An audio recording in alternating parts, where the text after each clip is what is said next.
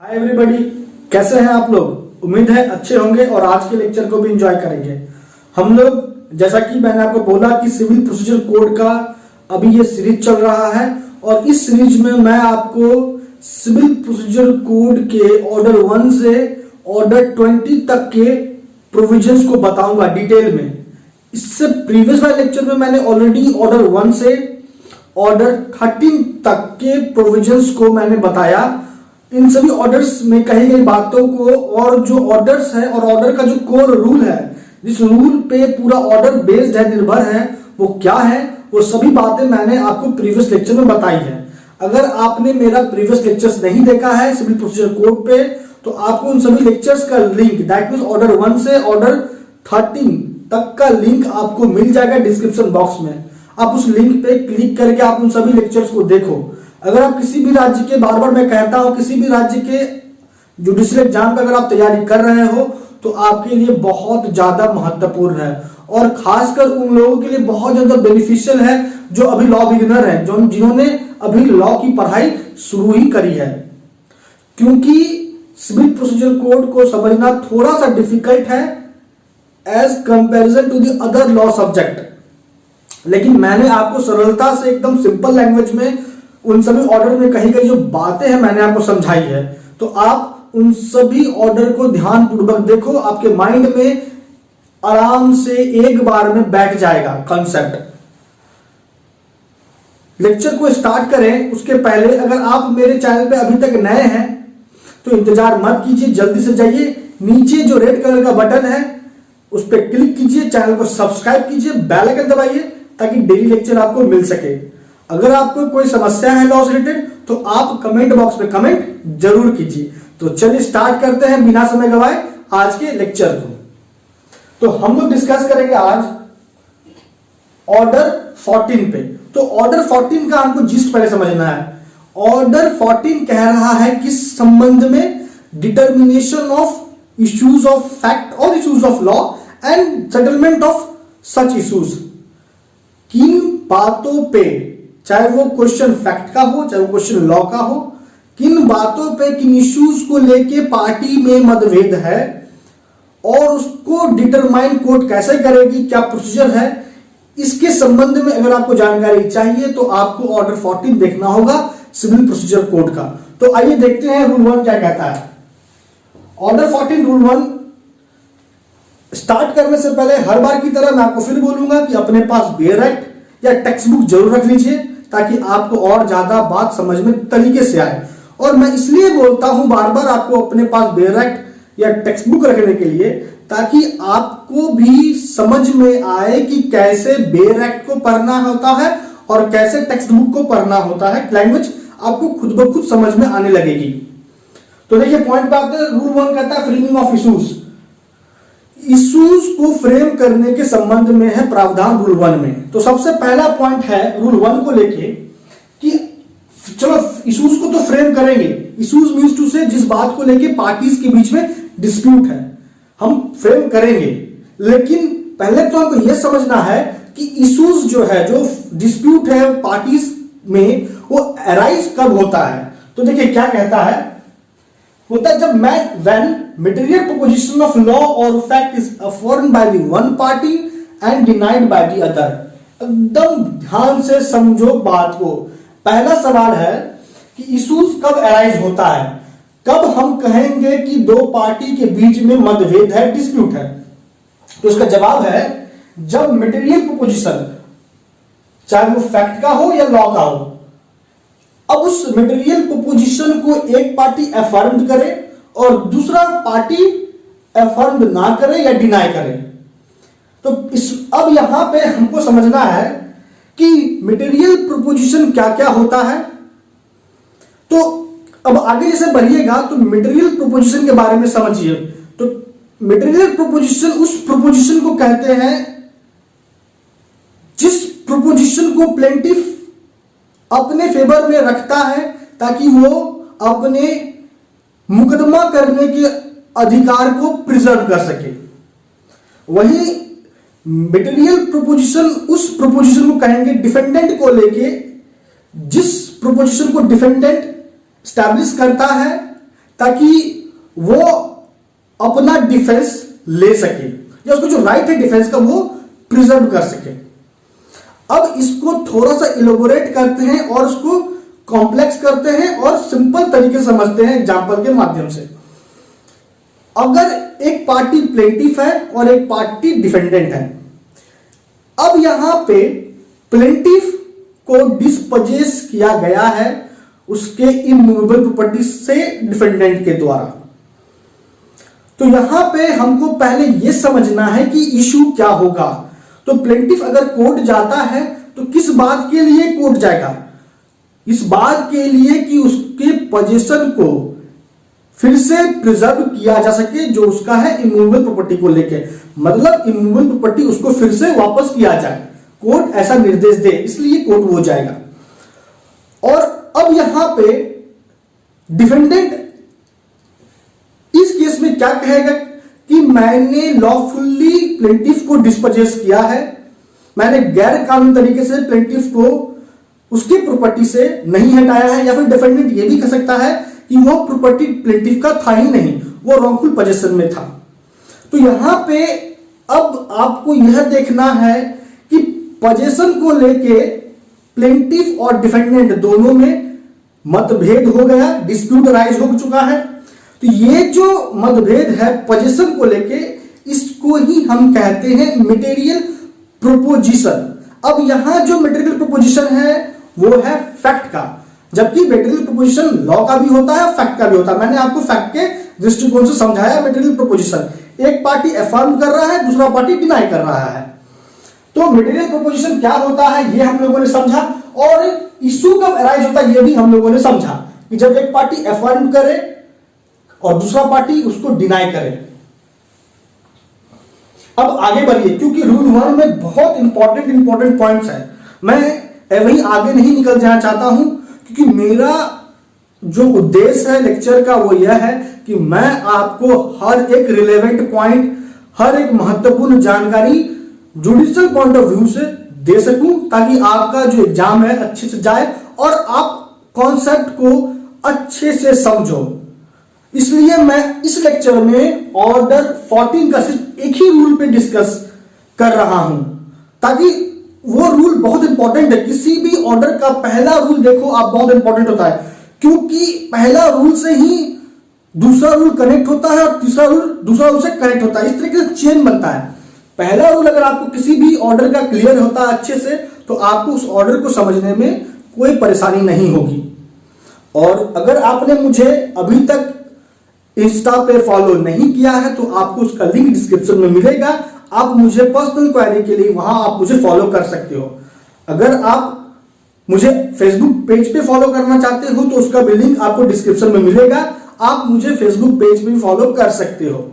अगर आप स्पेसिफिकली किसी ऐसे ग्रुप से जुड़ना चाहते हो जहां जुडिशियल पॉइंट ऑफ व्यू से नॉलेज या फिर जो भी पॉइंट ऑफ व्यू है एक दूसरे का शेयर किया जाता है, तो आपको जुडिशियल एग्जाम प्रिपरेशन एक ग्रुप है फेसबुक पे, उसका लिंक आपको डिस्क्रिप्शन में मिलेगा, आप उस लिंक पे क्लिक करके आप उस ग्रुप से जुड़ सकते हो। और अगर आप व्हाट्सएप जुडिशियल ग्रुप से जुड़ना चाहते हो तो आपको व्हाट्सएप ग्रुप का भी लिंक डिस्क्रिप्शन में मिलेगा, आप उस लिंक पे क्लिक करो और उस ग्रुप से जुड़ जाओ, व्हाट्सएप ग्रुप से। आते हैं पॉइंट पे। अब देखिए पॉइंट नंबर सेकंड क्या कहता है, अगर आपके पास नोटबुक है तो नोटबुक निकालो, इंतजार मत करो, और ये जो रिलेवेंट पॉइंट्स है उसे राइट डाउन करो, ताकि आपको समय समय पे जब भी रिवाइज करने का मन करे तो आप रिवाइज भी कर लो। तो सेकंड पॉइंट कहता है ईच मटेरियल प्रोपोजिशन अफर्म। अब यहां पे महत्वपूर्ण टिप्पणी है, कुछ विशेष बात है मटेरियल प्रोपोजिशन को लेके। और मटेरियल प्रोपोजिशन क्या होता है मैंने बताया, और इशू कब अराइज होता है ये भी मैंने बताया। अब कुछ महत्वपूर्ण जो पॉइंट है मटेरियल प्रोपोजिशन को लेके वो समझो। तो कहता है कि प्रत्येक मटेरियल प्रोपोजिशन, जिस भी बात को लेके डिस्प्यूट अराइज हुआ है, एक पार्टी चाहे वो प्लेंटिफ हो या डिफेंडेंट हो अफर्म करेगा, ठीक है, और दूसरा पार्टी क्या करेगा, उसको डिनाई करेगा, और वही बनेगा subject of issue. That means कि उसी पॉइंट पे पार्टी के बीच में विवाद होगा। अगर प्लेंटिफ एक बात को लेके एफर्म करता है और प्लेंटिफ के उसी बात को डिफेंडेंट मान भी लेता है, तो कहां दोनों के बीच में उस पॉइंट पे उस बात को लेके विवाद रहा, तो ये आपको ध्यान में रखना है। तो इसी पॉइंट से मिलता जुलता आगे बढ़ते हुए नेक्स्ट पॉइंट पे आते हैं कि इशू कितने प्रकार के होते हैं। इशू मुख्यतः 3 प्रकार के होते हैं। पहला होता है इश्यूज ऑफ फैक्ट, तथ्य को लेके इशू होता है जो। दूसरा इश्यूज ऑफ लॉ, और तीसरा होता है mixed issues of fact and law. तो 3 प्रकार के इशू होते हैं। अब हमने थोड़ा सा पहले समझा था फैक्ट को लेके क्या इश्यूज हो सकते हैं। अब हम लोग लॉ को लेके समझते हैं क्या क्या इश्यूज पार्टी के बीच में हो सकता है। अब प्लेंटिफ कहता है कि जिस कोर्ट में उसने सूट इंस्टीट्यूट किया है उस सूट पे कोर्ट का ज्यूरिसडिक्शन है। वहीं दूसरी ओर डिफेंडेंट कहता है कि नहीं, उस सूट पे उस कोर्ट का ज्यूरिसडिक्शन नहीं है जिस कोर्ट में सूट इंस्टीट्यूट हुआ है। तो यहां पे जो पार्टी के बीच में जो इश्यूज है वो है लॉ का इश्यूज। ठीक है, ये हो गया एग्जांपल इश्यूज ऑफ लॉ का। अब हम लोग आते हैं नेक्स्ट पॉइंट पे, प्रोसीजर क्या है इश्यूज को फ्रेम करने का। इश्यूज पार्टी के बीच में जो भी है, क्या होता है, कैसे होता है, ये तो हम लोगों ने समझा। अब उस इश्यूज को फ्रेम किया जाएगा कोर्ट के द्वारा, तो कैसे किया जाएगा, क्या प्रक्रिया है, कोर्ट कैसे फ्रेम करती है इश्यूज को, तो इसको लेके आपको देखना है ऑर्डर 40 रूल 1 सब रूल 5। मैंने यहां नोट कर दिया है, आप लिख सकते हो ऑर्डर 40 रूल 1 सब रूल 5। अब जब कोर्ट पार्टी को एग्जामिन कर रहा है ऑर्डर 10 रूल 2 के according, at the time of examination court plaintiff को भी सुनेगी और डिफेंडेंट को भी सुनेगी।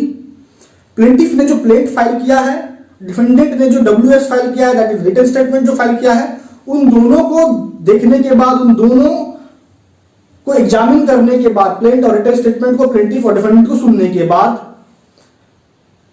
अगर कोर्ट को यह लगता है कि कुछ ऐसे तथ्य हैं जिसपे पार्टी के बीच मतभेद है, पार्टी का अलग अलग ओपिनियन आ रहा है उस तथ्य पे, उस फैक्ट पे, उस क्वेश्चन पे, तो यहां पे अगर कोर्ट को यह भी लगे कि अगर उस क्वेश्चन को तय कर दिया गया, उस क्वेश्चन को डिटरमाइंड कर दिया गया, तो जो मतभेद है पार्टी के बीच में वो खत्म हो जाएगा। मीन्स टू से कि जो सूट है, जो इंस्टीट्यूट हुआ है, वो डिस्पोज ऑफ हो जाएगा। तो यहां पे कोर्ट क्या करेगी, कोर्ट उस क्वेश्चन को रिकॉर्ड करेगी, फ्रेम करेगी। अब यहां एक पॉइंट आपको यह भी नोट करना है कि जो ये कोर्ट कर रही है, ये जो प्रक्रिया फॉलो कर रही है कोर्ट, ये कब करेगी, at the time of first hearing of the suit. Suit के पहले सुनवाई में ही कोर्ट का प्रक्रिया इस बात से ही चलेगा, ये आपको ध्यान देना है। अब आते हैं, आगे बढ़ते हैं, नेक्स्ट पॉइंट पे आते हैं कि कोर्ट कब इशू को फ्रेम या रिकॉर्ड नहीं करेगी। तो इसके लिए आपको देखना है ऑर्डर 14 रूल 1 सब रूल 6। मैं आपको कुछ रिलेवेंट केस लॉज भी बताऊंगा, तो इसलिए लेक्चर को पूरा देखिए, बड़े ध्यान से देखिए, बहुत महत्वपूर्ण जानकारी है जुडिशियल पॉइंट ऑफ व्यू से। और अगर आपको लेक्चर अच्छा लगता है तो आप इसे लाइक कीजिए और अपने स्टडी रिलेटेड ग्रुप में शेयर जरूर कीजिए। अब कोर्ट कब इश्यूज को, चाहे वो फैक्ट का हो या लॉ का हो, फ्रेम नहीं करेगी, जब डिफेंडेंट अपना डिफेंस नहीं लेगा at the time of hearing, first hearing of the suit, तो उस वक्त कोर्ट इश्यूज को ना तो फ्रेम करेगी ना ही रिकॉर्ड करेगी। यह है रूल 1 सब रूल 6 के अकॉर्डिंग। तो अब आते हैं नेक्स्ट पॉइंट पे कि कोर्ट जो फ्रेम करती है इश्यूज को, उसके पीछे का उद्देश्य क्या होता है, कोर्ट का क्या उद्देश्य होता है इश्यूज को फ्रेम करने के पीछे। तो पहला, जो रियल डिस्प्यूट है, जो वास्तविकता में जो विवाद है पार्टी के बीच में, वो सामने आ सके। दूसरा, कि जो डिसीजन है, राइट डिसीजन है, वो लिया जा सके सूट के दृष्टिकोण से, सूट को डिस्पोज ऑफ करने के संबंध में। तो ये होता है ऑब्जेक्ट। और इस पॉइंट पे आपको जो केस लॉ नोट करना है, याद रखना है, वो है, मैं नोट बड़े ध्यान से सुनो, मैं बता रहा हूं, JK iron steel company versus iron and steel मजदूर यूनियन।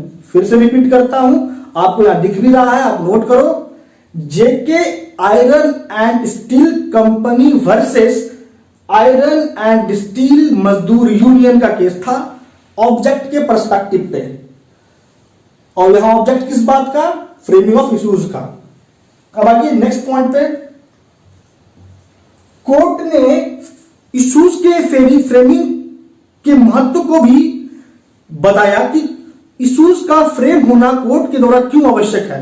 तो इससे क्या होता है, जो मूलभूत बात है कि जो विवाद है उसको जल्द से जल्द खत्म किया जा सकता है अगर इश्यूज फ्रेम्ड होता है तो। और इसी बात पे सुप्रीम कोर्ट ने फ्रेमिंग ऑफ इश्यूज के महत्व को समझाते हुए बताया था इन सभी ये बातें। और ये सुप्रीम कोर्ट ने कहा कि ये पब्लिक पॉलिसी के लिए बहुत महत्वपूर्ण है। और जिस केस में सुप्रीम कोर्ट ने वो कहा था वो है, यहां पे आपको दिख रहा है, मैं आपको बोल भी रहा हूं, आप राइट डाउन करो, बहुत महत्वपूर्ण है केस लॉ। माखनलाल बंगल वर्सेस मानस भूनिया। मैं फिर से रिपीट करता हूं, माखनलाल बंगल वर्सेस मानस भूनिया। अब आते हैं नेक्स्ट पॉइंट पे कि क्या पार्टी किसी भी इश्यूज को अबेंडोन कर सकती है, क्या पार्टी किसी भी इश्यूज पे हट सकती है पीछे की नहीं। इस पॉइंट पे, इस क्वेश्चन को लेके पार्टीज के बीच में इश्यूज है ही नहीं। इश्यूज के अबेंडोनमेंट के संदर्भ में भी कहा गया है कि कोर्ट, माफ कीजिए, पार्टी किसी भी स्टेज पे सूट का इस बात से मुकर सकती है कि उस इश्यूज पे पार्टी के बीच में कोई विवाद नहीं है। और ये जो केस था जिसमें कहा गया था वो है वॉली शाह वर्सेस सोहन सिंह का। मैं फिर से रिपीट करता हूं, वॉली शाह वर्सेस सोहन सिंह। आपको याद दिख भी रहा है, आप उसे नोट करो, बहुत महत्वपूर्ण है। तो दोस्तों, आ चुका है लेक्चर को कंक्लूड करने का टाइम। हम लोगों ने इस लेक्चर में ऑर्डर 14 के सिर्फ एक रूल पे फोकस किया और एक रूल से इतनी सारी बातों की आपको जानकारी मिली है। बाकी बचे रूल्स ऑर्डर 14 का हम लोग नेक्स्ट एपिसोड में डिस्कस करेंगे। तो दोस्तों, अब तक आपका हमारे साथ बने रहने के लिए बहुत बहुत धन्यवाद।